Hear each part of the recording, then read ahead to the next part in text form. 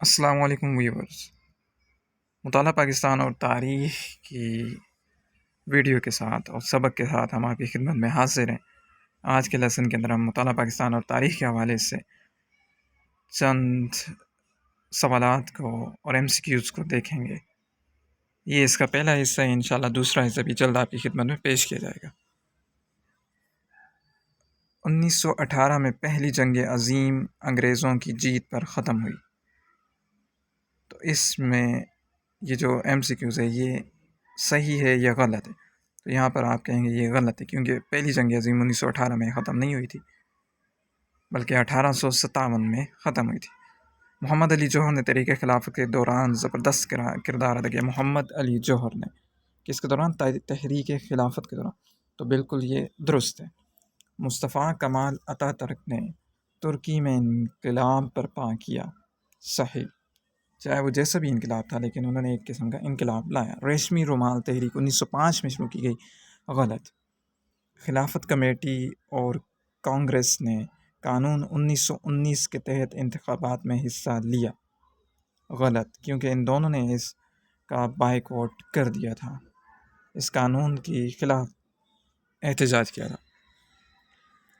وزیر اعلیٰ و شیر بنگال مولوی A.K. فضل حق نے قرارداد لاہور پیش کی۔ صحیح، یعنی کون تھے؟ مولوی فضل حق تھے جنہوں نے کہ قرارداد لاہور پیش کی تھی۔ مسلم لیگ نے کرپس تجاویز کو یکسر مسترد کیا۔ صحیح۔ دسمبر 1945 میں مرکزی انتخابات ہوئے۔ صحیح۔ کابینہ یا کیبنٹ مشن 24 مارچ 1946 کو ہندوستان پہنچا۔ تو یہ غلط ہے۔ کہا جاتا ہے کہ گاندھی، پٹیل اور کابینہ مشن کے درمیان خفیہ معاہدہ ہوا۔ صحیح۔ میثاق لکھنؤ کے ذریعے کانگریس نے مسلم لیگ کی اہمیت تسلیم کی۔ درست، صحیح ہے۔ سرحد میں استصواب رائے کے ذریعے یعنی پلیبسائٹ کے ذریعے پاکستان میں شامل ہونے کا فیصلہ ہوا۔ صحیح۔ خالی جگہ دیکھتے ہیں۔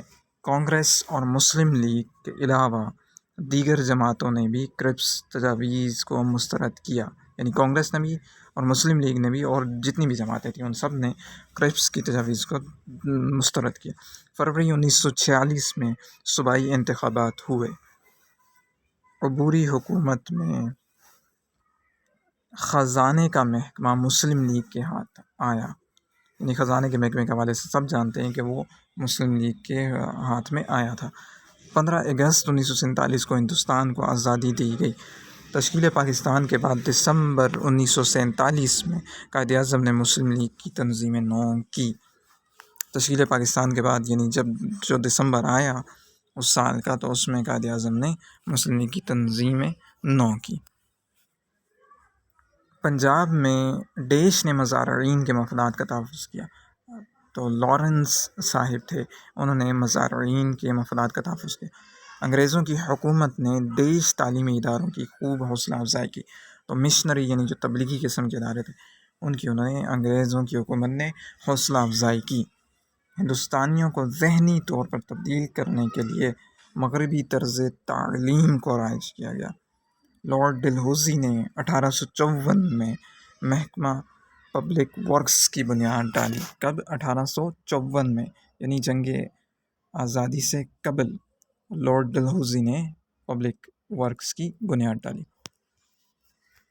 انگریزوں نے تجارتی مقاصد کے لیے ایسٹ انڈیا کمپنی کے نام سے ایک ادارہ قائم کیا۔ ایسٹ انڈیا کمپنی جو قائم کی گئی تھی وہ تجارتی مقاصد کے لیے تھی۔ برطانوی کابینہ میں ایک وزیر سیکرٹری آف اسٹیٹ کے نام سے مقرر کیا گیا، یعنی سیکرٹری آف اسٹیٹ کے نام سے جو وزیر ہوتا ہے وہ برطانوی کابینہ کے اندر ہوتا ہے۔ سرکاری امور نمٹانے کے لیے سول سروس 1858 میں انگریزوں نے قائم کیا تھا۔ سرکاری امور کے لیے سول سروس کا آغاز کیا 1858 میں، یعنی 1857 کے ایک سال بعد۔ ثقافتی ورثے کی حفاظت کے لیے محکمہ آثار قدیمہ قائم کیا گیا۔ مسٹر SP سنہا وہ پہلا ہندوستانی ہے جسے انتظامی کونسل میں شامل کیا گیا۔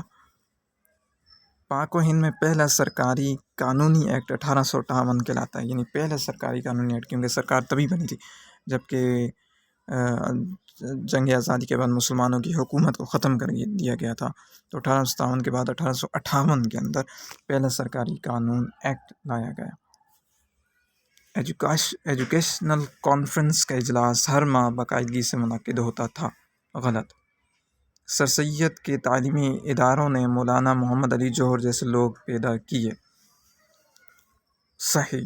پاک و ہند میں دو بڑی قومیں یعنی ہندو اور سکھ آباد ہیں، غلط۔ انجمن حمایت اسلام کا مقصد انگریزی تعلیم کی ترویج تھا، غلط۔ انجمن حمایت اسلام نے مسلمانوں کی آزادی کی تحریک میں نمایاں حصہ لیا، انجمن حمایت اسلام نے، صحیح۔ لکھنؤ میں 1894 میں ندوہ کی بنیاد رکھی گئی، صحیح۔ دیوبند کے پہلے مدرس محمد قاسم نانوتوی تھے، درست۔ تو اس طرح یہ چند MCQs اور خالی جگہ اور صحیح غلط کا انتخاب میں نے کیا آپ کے لیے تاریخ اور مطالعہ کے حوالے سے۔